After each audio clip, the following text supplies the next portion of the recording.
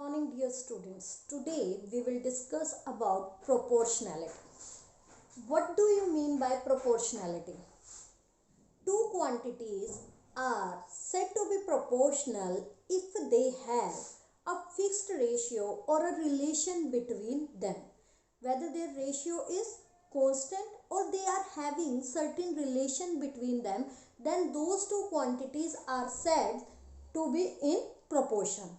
Those two quantities are said to be in proportion, and it is known as proportionality.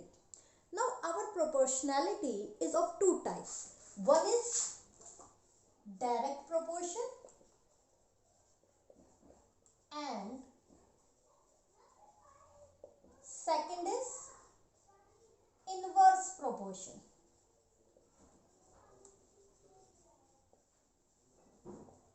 Now what is the difference between direct proportion and inverse proportion? Direct proportion means directly. If one thing increases, then another also increases. But if one thing decreases, another will also decrease. Means in direct proportion, it is the law of nature that if you will be increasing one thing, another thing will also increase. And if you will be going to decrease one thing, another thing will be also decreasing. So, direct proportion, if two quantities x and y are said to be proportion to each other, then x upon y will be equal to a constant. X upon y is equal to constant. In direct proportion, x upon y is equal to a constant. Now let's talk about inverse proportion. Inverse means opposite. So it will be opposite to direct proportion. That means if one thing increases, the another one decreases. Another one decreases. And if one thing is decreasing, another thing will be increasing. Okay. Now the relation between them, if x and y are two quantities and they are inversely proportional to each other, then their product will be equal to a constant. Then their product will be equal to a constant. When there is a direct proportion, their ratio will be equal to a constant.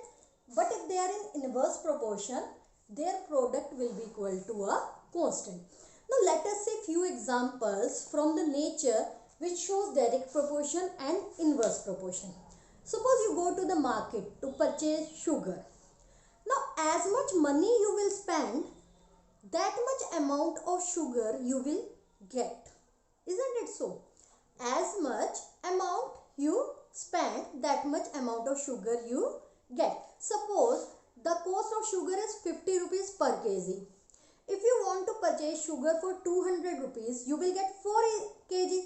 But if you double the amount, that means instead of 200, you want to purchase sugar for 800 rupees or 400 rupees. Doubling means 400 or 4 times means 800. Okay. When you spend 400 rupees, the sugar amount will be 8 kg. But if you spend 800 rupees, the sugar amount will be equal to, for example, 32 kg. Is that clear? So, if we increase the amount of money, the amount of sugar also increases. Now, let us take one example in which the things are decreasing. Let this be the example only. First of all, in first case, we purchase sugar for 200 rupees, that is 4 kg. But if I decrease the amount to 100 rupees, then how much sugar I will get? Only 2 kg. So amount is also decreased. This type of problem is of direct proportion. Now let us talk about inverse proportion.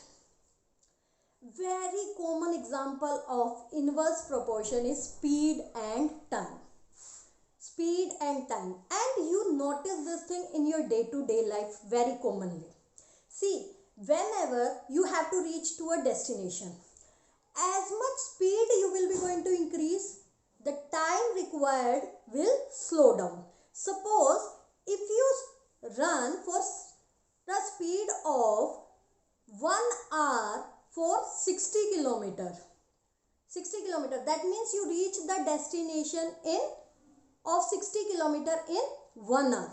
Okay, but if you double the speed, your speed increases to 120 kilometer per hour, then the time consumed to cross that 60 kilometer is just half an hour. So as much as you increase your speed, the time consumed decreases. So these are known as inverse proportion.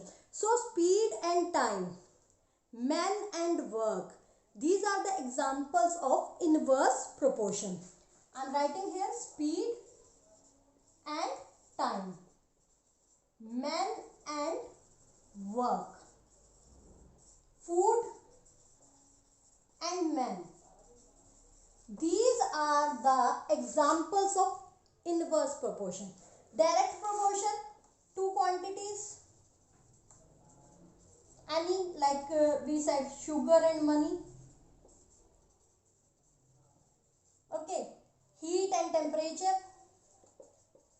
As much heat you will give, that much temperature will increase. So these are the few examples of direct proportion and inverse proportion.